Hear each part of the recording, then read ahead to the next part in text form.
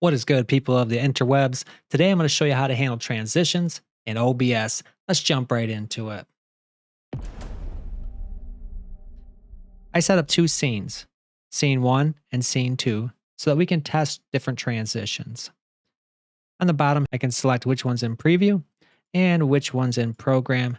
If you're not familiar, preview is the left-hand side, program is the right-hand side, and that shows up when you have studio mode selected. In between those two scenes, the preview and the program, on the very top, there's a button that says transition. Now that transition can be adjusted by changing the transition down in the scene transitions area. I can select cut, and when I hit transition, it'll cut between the scenes. If I were to choose fade, it'll do exactly what you expect. It'll fade.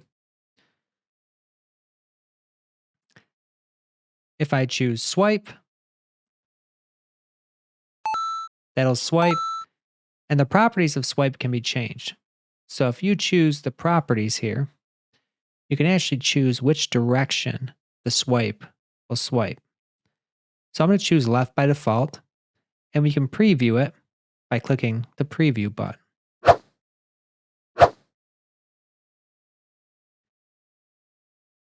We also can choose slide, and slide has the same settings as swipe.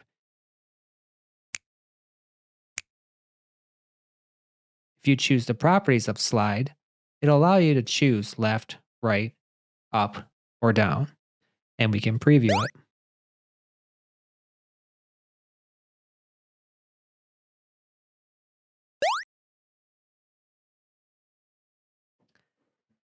Below the transition button on the top, there's some quick transitions. These are nice if you want to use cuts and fades during your broadcast or recording.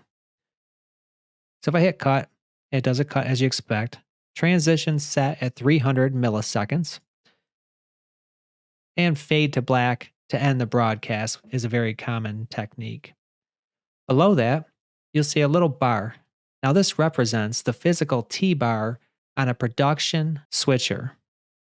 And you can move this as slow or fast as you want.